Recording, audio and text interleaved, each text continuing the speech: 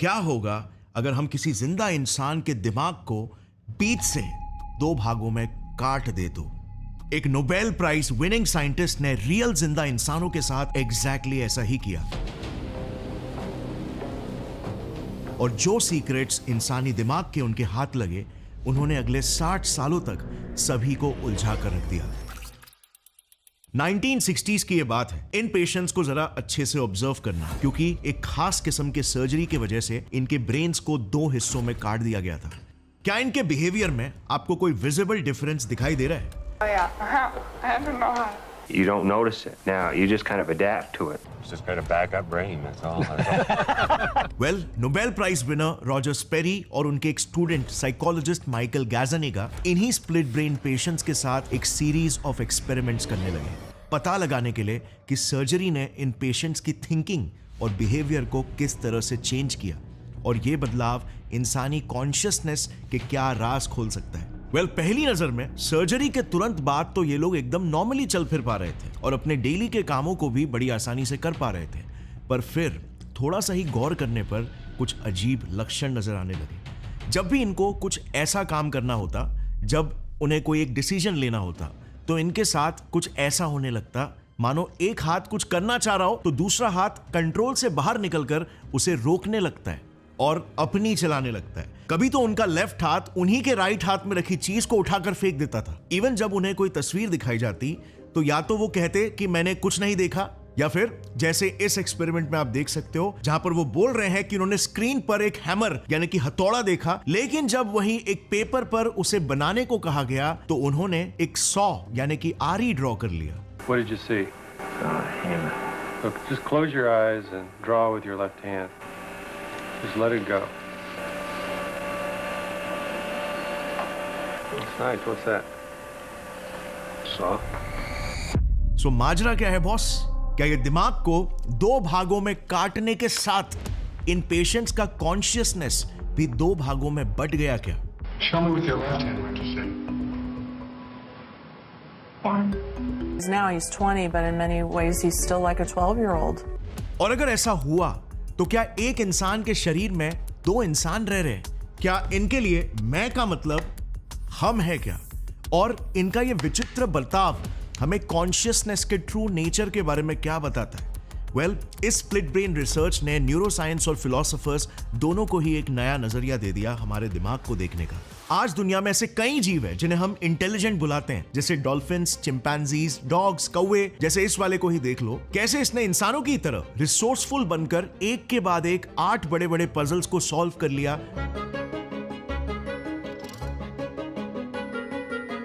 अपने रिवॉर्ड तक पहुंचने के लिए।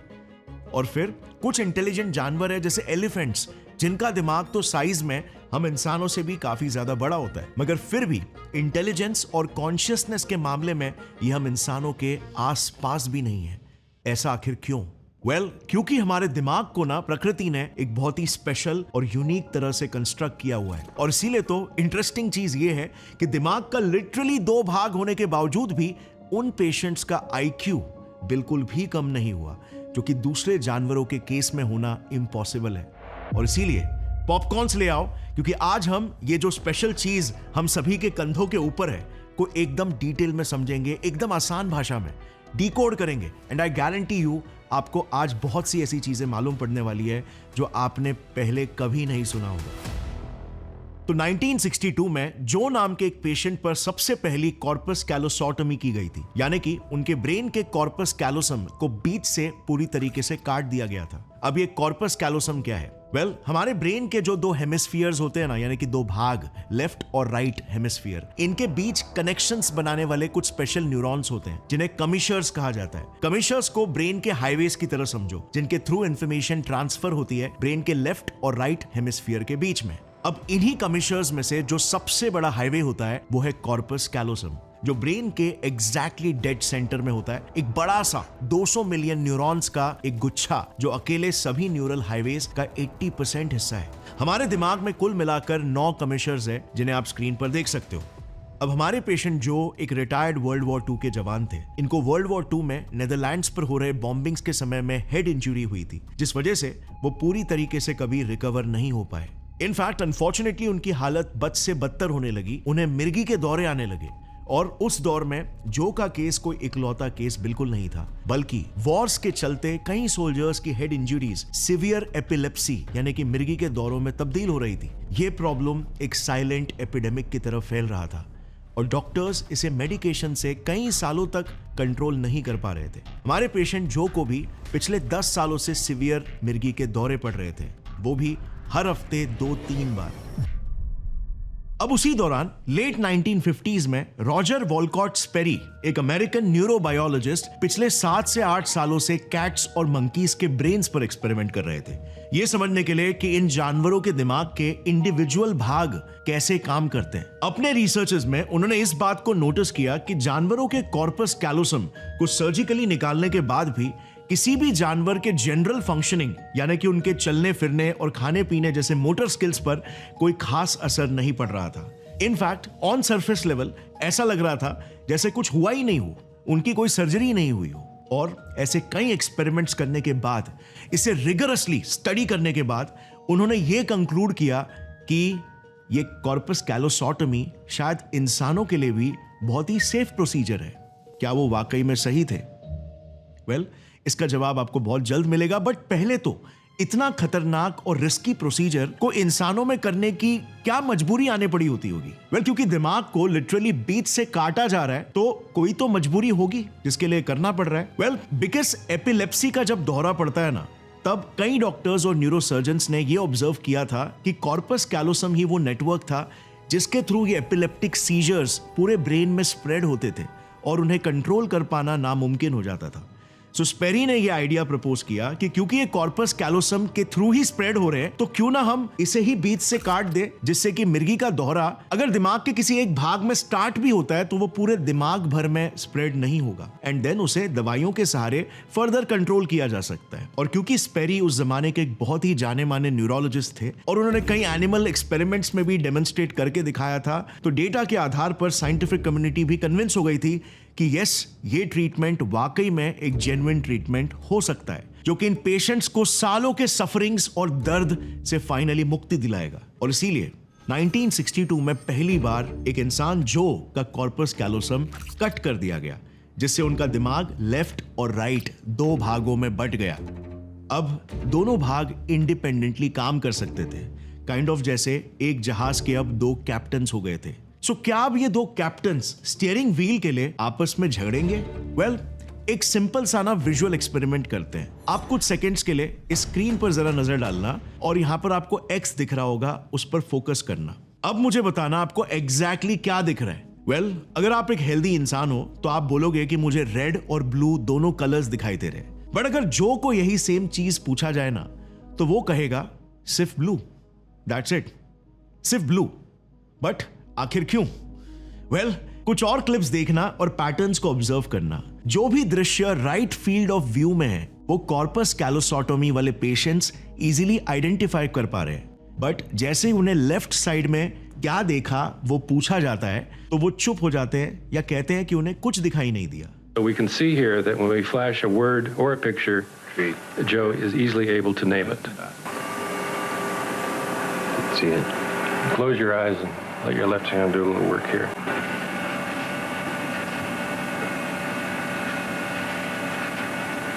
Okay, what do you got there? Pan? Now, this was interesting. क्या इसका मतलब उन्हें लेफ्ट आईज से दिखना बंद हो जाता है? क्या ये सर्जरी का कोई छुपा हुआ साइड इफेक्ट था? वेल, चलो थोड़ा और डीप घुसते हैं। सो अब तक साइंटिस्टों को ना ये बात तो पता थी कि हमारा दिमाग कॉन्ट्रालैटरली काम करता है। ध्यान देना, कॉन्ट्रालैटरल मतलब ब्रेन का लेफ्ट हेमिस्फीयर हमारे राइट साइड की बॉडी को कंट्रोल करता है और राइट हेमिस्फीयर हमारे लेफ्ट साइड की बॉडी को कंट्रोल करता है। यानी कि अगर लेट्स से आप अपने राइट हैंड से फोन उठा रहे हो, तो उसका सिग्नल आपके ब्रेन का लेफ्ट हेमिस्फीयर देता है। बट यहां पर जो डिस्कवरी शॉकिंग थी वो ये थी कि हमारे आईज का केस तो टोटली डिफरेंट है बॉस। बताता हूं कैसे। अपनी लेफ्ट आंख को जरा बंद करना। किया? अब कुछ सेकंड्स के लिए अपनी राइट आंख से रैंडमली किसी भी एक जगह पर फोकस करना। ठीक है, किया? अब आपके राइट आई को जो भी पूरा इमेज दिख रहा है ना, उस इमेज के 2 हिस्से हैं। इमेज का लेफ्ट साइड वाला पर्सपेक्टिव और इमेज का राइट साइड वाला पर्सपेक्टिव। अब इंटरेस्टिंग चीज ये है कि राइट आंख का लेफ्ट साइड पर्सपेक्टिव प्रोसेसिंग के लिए आपके राइट ब्रेन को जाता है और राइट साइड वाला पर्सपेक्टिव आपके लेफ्ट ब्रेन को जाता है। सो एक आंख के दो पर्सपेक्टिव्स यानी कि व्यूज बनकर दोनों ब्रेन के भागों में डिस्ट्रीब्यूट होते हैं और फिर ब्रेन एक कंप्लीट पिक्चर बनाता है। ऐसे ही सेम हमारी लेफ्ट आई के साथ भी होता है। अच्छा, नोट करना, ऐसा नहीं है कि राइट आई का पूरा इमेज लेफ्ट ब्रेन को जाता है और लेफ्ट आई का पूरा इमेज राइट ब्रेन को जाता है, बल्कि एक आई के दो इमेजेस बनकर इक्वली ब्रेन के दोनों भागों में डिस्ट्रीब्यूट होते हैं, दोनों ब्रेन के पार्ट्स में, और फिर हमारा दिमाग उन दोनों इमेजेस को जोड़कर एक कंप्लीट पिक्चर बनाता है।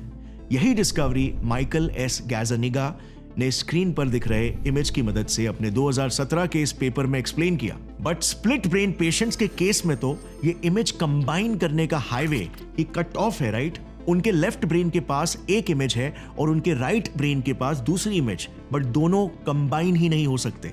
तो फिर यहां पर जो ने ऐसा क्यों बोला कि उसे कुछ नहीं दिखाई दिया, जबकि वही सेम चीज उसे जब लेफ्ट हैंड से ड्रॉ करने के लिए बोला गया तो उसने एक पैन ड्रॉ कर दिया।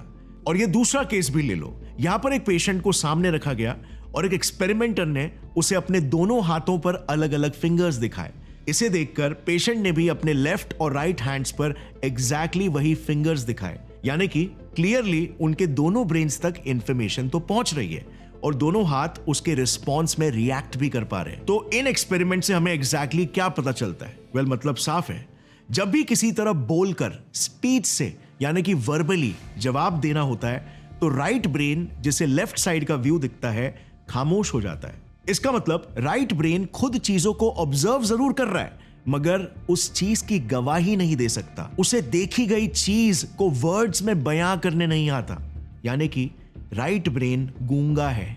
यह डिस्कवरी एक बड़ा माइलस्टोन था ब्रेन रिसर्च में, क्योंकि इसने यह प्रूव किया कि स्पीच सेंटर्स एक्सक्लूसिवली सिर्फ हमारे लेफ्ट ब्रेन में ही है, यानी कि हमारा पूरा ब्रेन इक्वल नहीं है, इक्वली डिस्ट्रीब्यूटेड नहीं है। ह्यूमन ब्रेन ने जनरलाइजेशन की जगह स्पेशलाइजेशन को चुना और इसीलिए हमारे दिमाग में स्पेशलाइज्ड रीजन्स मौजूद है, स्पेशल न्यूरॉन्स है जो कि इवॉल्व हुए स्पेसिफिक टास्क को परफॉर्म करने के लिए। ह्यूमन ब्रेन की इसी कैपेबिलिटी को साइंटिस्ट ने ब्रेन लैटरलाइजेशन नाम दिया। अब इंटरेस्टिंग चीज देखना, ब्रेन में स्पेसिफिकली लेफ्ट हेमिस्फीयर का एक स्पेशल एरिया है कॉल्ड ब्रोकाज एरिया।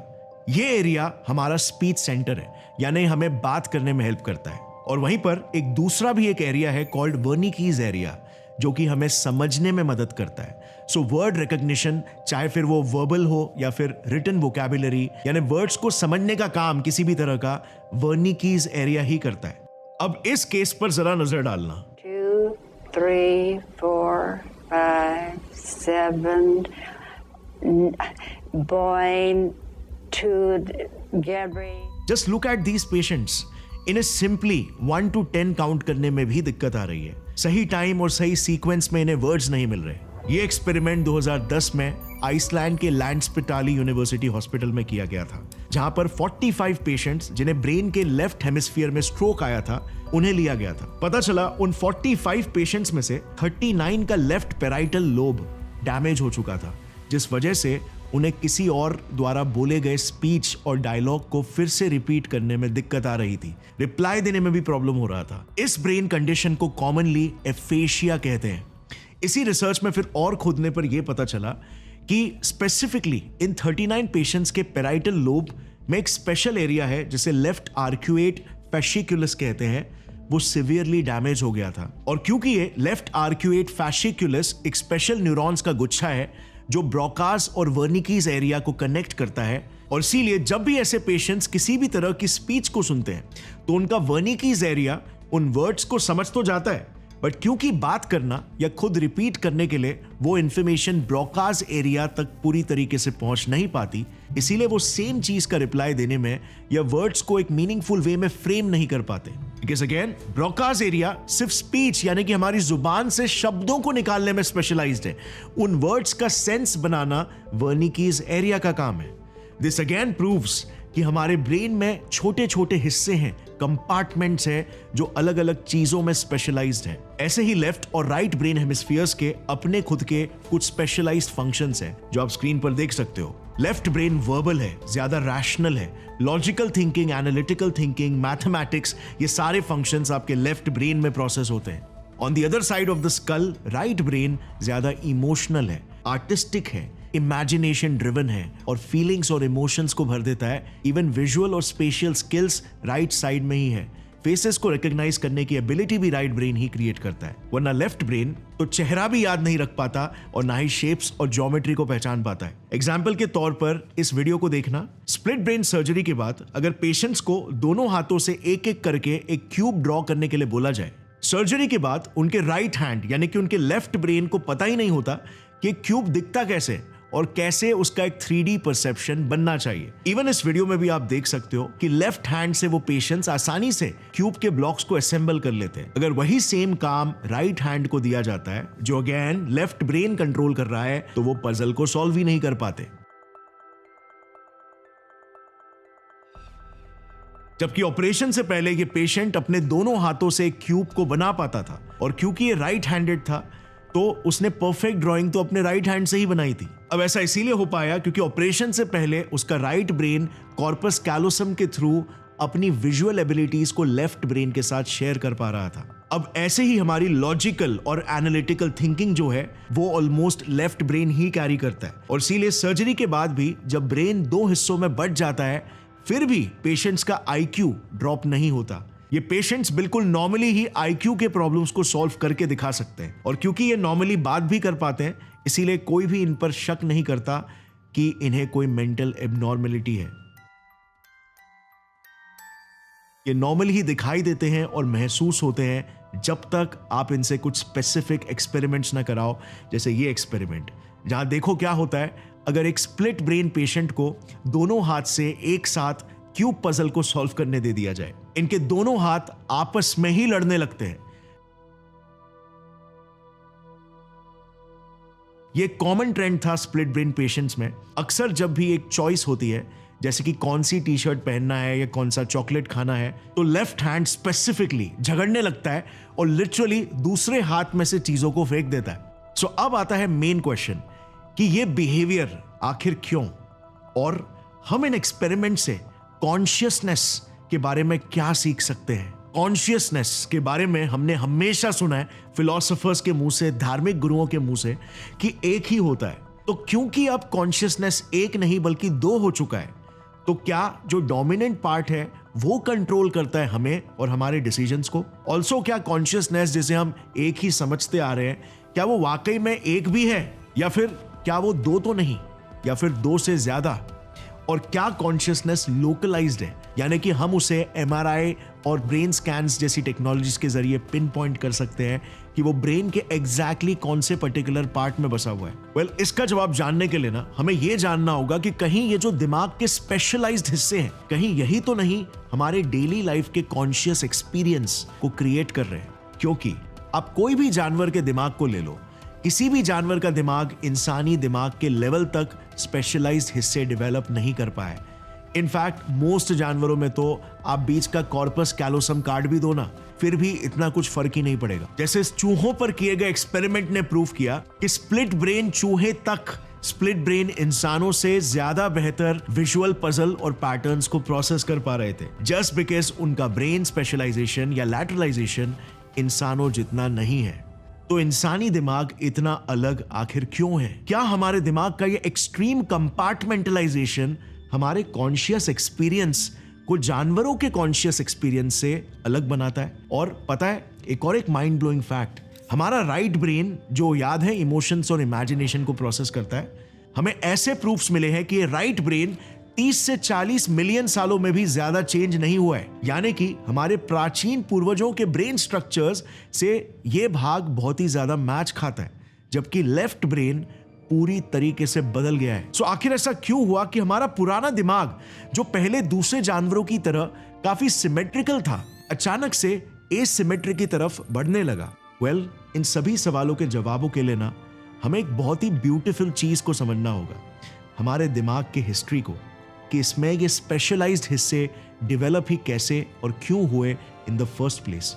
देखो, हम इंसान शुरुआत से ही मांसाहारी जानवरों की तरह ताकतवर या शाकाहारी जानवरों की तरह तेज तरार नहीं हुआ करते थे। ना हमारे पास तेज नुकीले नाखून और दांत थे और ना ही हम साइज में बहुत ही बड़े और विशाल थे, लेकिन हमारे पास कुछ बहुत ही यूनिक एडवांटेजेस थे। जैसे फॉर एग्जांपल, क्योंकि हम 2 पांव पर चलते थे तो हमारे 2 हाथ हथियार बनाने के लिए बिल्कुल फ्री हो गए थे। हम एबनॉर्मली लार्ज ग्रुप्स में रहा करते थे, and by abnormally large I mean 50 से 150 के ग्रुप्स में, जिस तरह कोई भी और जानवर नहीं रहता था। और इन ग्रुप्स में कॉम्प्लेक्स सोशल डायनामिक्स होते थे और इसीलिए हमने कम्युनिकेशन करना भी सीख लिया था। और हमारा डाइट भी मीट खाने और कुकिंग के वजह से हाई इन प्रोटीन्स और कैलोरीज हो गया था, जिन सारे फैक्टर्स ने वो परफेक्ट हालत क्रिएट किए हमारे दिमाग पर एक्सट्रीम प्रेशर डालने के लिए कि वो विकसित हो और हमारा ओनली सर्वाइवल एडवांटेज बने। बट हमारा दिमाग तो साइज में एक लिमिट तक, एक लेवल तक ही ग्रो हो सकता था। बता सकते हो ऐसा क्यों? वेल, हमारे खुद के बॉडी के स्ट्रक्चर की वजह से। क्योंकि आज से करीब 4 मिलियन वर्षों पहले जब हमने 2 पैरों पर चलना शुरू किया था, तो 2 पैरों पे इफेक्टिवली चलने के लिए हमारे पेल्विस यानी कि ग्लूट्स वाले रीजन का छोटा होना जरूरी था, सिमेट्री और बैलेंस को बनाए रखने के लिए। इसका मतलब फीमेल्स में भी बर्थ कैनाल छोटा ही रह सकता था। बट हमारा ब्रेन तो तब भी इवॉल्व हो रहा था और साइज में बढ़ रहा था, और इसी वजह से ब्रेन साइज पर लगाम लग गया। एवोल्यूशन ने एबनॉर्मली लार्ज ब्रेन साइज को सपोर्ट ही नहीं किया, क्योंकि बड़ा सर बर्थ कैनाल की छोटी सी ओपनिंग से बाहर निकलना पॉसिबल ही नहीं था। इसी प्रॉब्लम को बायोलॉजी में ऑब्स्ट्रेटिकल डायलेमा कहते हैं। And guys, by the way, यही रीजन भी है कि बाकी के जानवरों और प्राइमेट्स के मुकाबले लड़कियों की बॉडीज को आज भी हमारे दिमाग का एवोल्यूशनरी लोड झेलना पड़ रहा है। और इसीलिए फीमेल्स जब भी बर्थ देती है तो वो एक्सट्रीमली पेनफुल होता है, अनलाइक एनी अदर एनिमल्स, क्योंकि किसी एनिमल का सर इंसानों जितना बड़ा नहीं है। इन्हीं 2 ऑपोजिटली एक्टिंग एवोल्यूशनरी प्रेशर्स की वजह से कि एक तरफ दिमाग को तो ग्रो होना ही था, मगर दूसरी तरफ साइज भी नहीं बढ़ सकता था, इसीलिए दिमाग ने कॉम्प्लेक्स न्यूरॉन नेटवर्क डेवलप करना शुरू कर दिया और स्पेशलाइजेशन की ओर बढ़ना शुरू हो गया। लेफ्ट ब्रेन अपना डेटा धीरे धीरे करके राइट ब्रेन में ट्रांसफर करने लग गया, जैसे हम करते हैं जब हमारे फोन में स्टोरेज फुल हो जाता है। और अगर सेम फाइल्स की 2 कॉपीज है जो कि पहले हमारे लेफ्ट और राइट ब्रेन दोनों में थी, तो उन एक स्पेस वेस्ट करने वाली एक्स्ट्रा कॉपीज को डिलीट करके ब्रेन ने नई स्किल्स और नई एबिलिटीज वाले एक्स्ट्रा कंपार्टमेंट्स और न्यूरॉन नेटवर्क बनाए। Very interesting, right? बट क्या आपको यह सवाल नहीं आ रहा कि लेफ्ट ब्रेन ही क्यों, राइट ब्रेन क्यों नहीं? क्या एवोल्यूशन में रैंडमली ये डिसाइड हो गया कि लेफ्ट ब्रेन में ही वो सारी सोफिस्टिकेटेड थिंकिंग एबिलिटीज जैसे लॉजिक, रैशनैलिटी डेवलप होगी जो हमें जानवरों से अलग बनाती है? Well, evolution is never random but always forced. Actually में ना, और आपको ये सुनकर बहुत ही ज्यादा शॉकिंग लगेगा, बट हमारे लेफ्ट लॉजिकल ब्रेन के डेवलपमेंट में हमारे राइट हैंड का एक बहुत ही बड़ा रोल है। सो काइंड ऑफ आपकी लॉजिक आपकी राइट हैंड की देन है। बताता हूं कैसे। देखो, हमारे पूर्वज मिलियंस ऑफ ईयर्स तक 50-150 लोगों के कॉम्प्लेक्स ग्रुप्स में रहा करते थे, और इन ग्रुप्स को अगर जंगलों में सर्वाइव करना है और सभी के पेट भरने हैं तो इन्हें साथ मिलकर काम करना होगा, राइट? जिसके लिए आपस में इफेक्टिव कम्युनिकेशन होना जरूरी है, राइट? बट रोमांचक चीज ये है कि इंसानी कम्युनिकेशन की शुरुआत शब्दों या लैंग्वेज से नहीं हुई थी, बल्कि हमारे हाथों से हुई थी, साइन लैंग्वेजेस, बॉडी लैंग्वेज से। और इसीलिए इवन आज तक हमारा 93% कम्युनिकेशन नॉन वर्बल है, यानी बोले गए शब्द मतलब लैंग्वेज सिर्फ 7% इंफॉर्मेशन ही कम्युनिकेट करता है, जबकि हमारा बॉडी लैंग्वेज 55% इंफॉर्मेशन और टोन ऑफ वॉइस 38% इंफॉर्मेशन और इंफॉर्मेशन की गंभीरता को कम्युनिकेट करते हैं। अब ऐसा क्यों हुआ, इसके पीछे एक बहुत ही इंटरेस्टिंग स्टोरी है, जिसकी शुरुआत 4 मिलियन सालों पहले से ही हो गई थी, जब हम इंसान बाइपीडल यानी कि 2 पैरों पर सीधे चलने लगे थे। इसका मतलब हमारे 2 हाथ पूरी तरीके से फ्री हो गए थे बाकी टास्क करने के लिए। तो अब इन दोनों हाथों में से एक हाथ का इस्तेमाल कुल्हाड़ी चलाने, खीलों पर हथौड़ा मारना, ड्राइंग्स या फिर राइटिंग करना, ढक्कन खोलना, लगाना, ऐसे ही बारीक कामों में ज्यादा यूज होने लगा। यह हाथ हिस्टोरिकली हमारा राइट हैंड था, जिसने धीरे धीरे करके फाइन मोटर स्किल्स डेवलप करना शुरू कर दिया। इस वजह से आप देखोगे इवन आज की तारीख में दुनिया में 90% लोग राइट हैंडेड है। अब इस चीज पर कई रिसर्चेस हो चुके हैं कि जब किसी फेंके गए ऑब्जेक्ट जैसे कि बॉल को ब्लॉक करना हो तो वो टास्क दोनों हैंड्स लेफ्ट और राइट इक्वल एक्यूरेसी के साथ कर सकते हैं, बट जब उस बॉल को किसी टारगेट पर फेंकना हो तो तब लोगों का डोमिनेंट हैंड यानी कि राइट हैंड की एक्यूरेसी लेफ्ट हैंड से कई ज्यादा गुना होती है।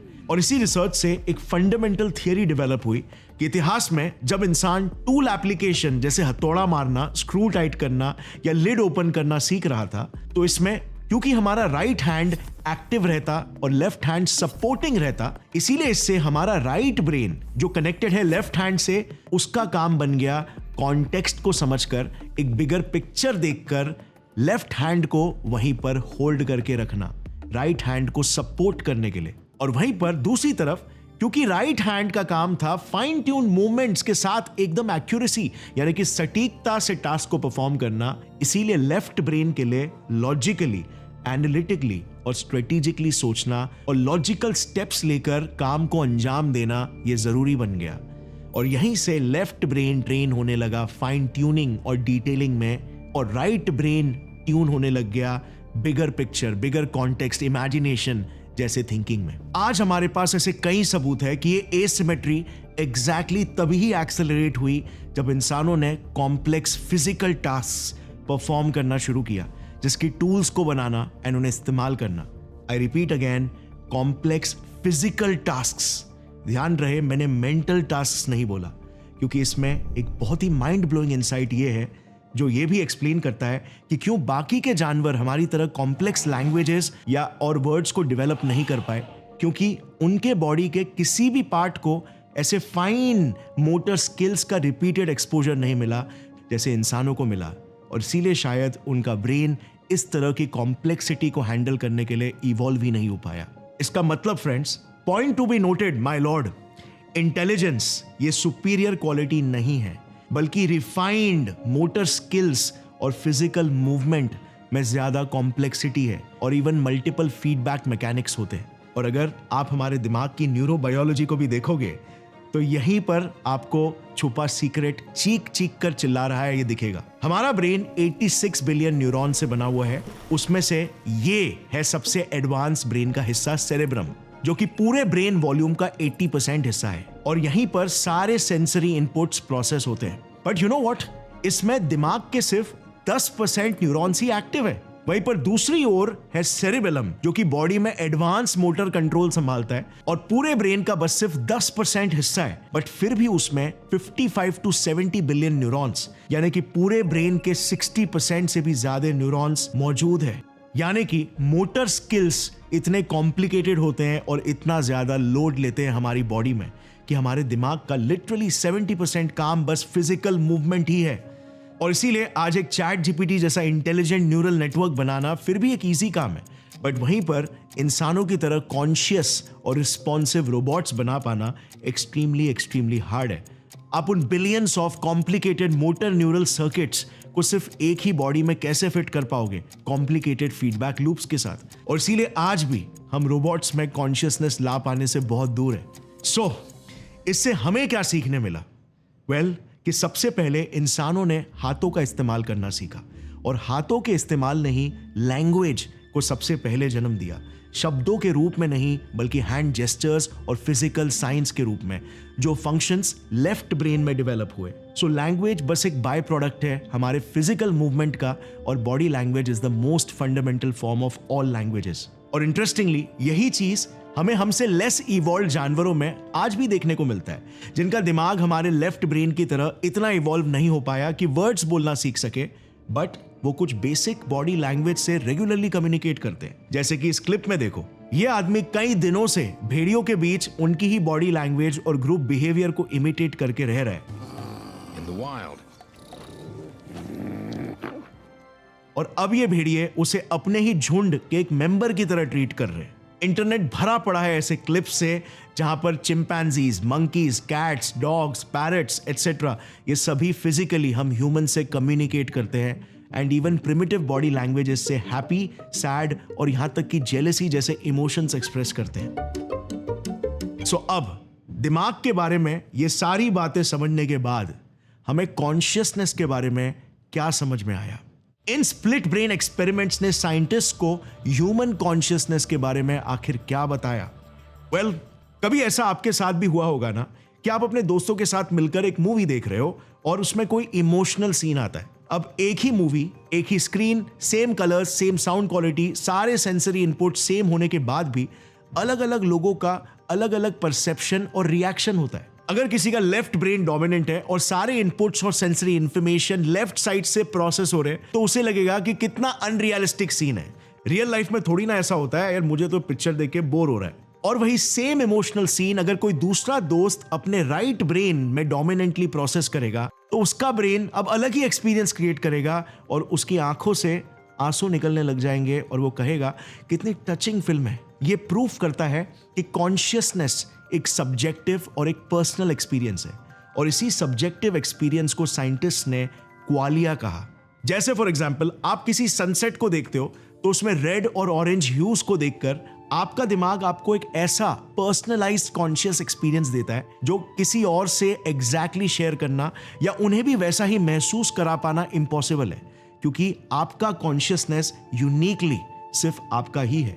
बट एक सबसे इंपॉर्टेंट क्वालिटी हम सभी कॉन्शियस जीवों में कॉमन है, वो है अवेयरनेस। वो अवेयरनेस कि मैं एक कॉन्शियस जीव हूं, मैं अभी एक सनसेट को देख रहा हूं और मैं उसे देखकर ऐसा फील कर रहा हूं। इवन स्प्लिट ब्रेन पेशेंट्स में ये रिपोर्ट किया गया कि सर्जरी के बाद भी इवन दो उनके दिमाग के 2 भाग हो गए थे, बट वो एक सिंगल कॉन्शियसनेस ही एक्सपीरियंस करते हैं जैसे कि पहले किया करते थे, जिससे ये कंफर्म होता है कि ये कॉन्शियसनेस किसी एक मैजिकल स्टेट की तरह पूरे ब्रेन में इक्वली स्प्रेड आउट नहीं है, बल्कि जो भी इनपुट इंफॉर्मेशन आ रही है वो फिर किस ब्रेन के रीजन्स में और कैसे प्रोसेस होती है, वो एक क्वालिटी ऑफ एक्सपीरियंस या क्वालिया ऑफ कॉन्शियसनेस क्रिएट करता है।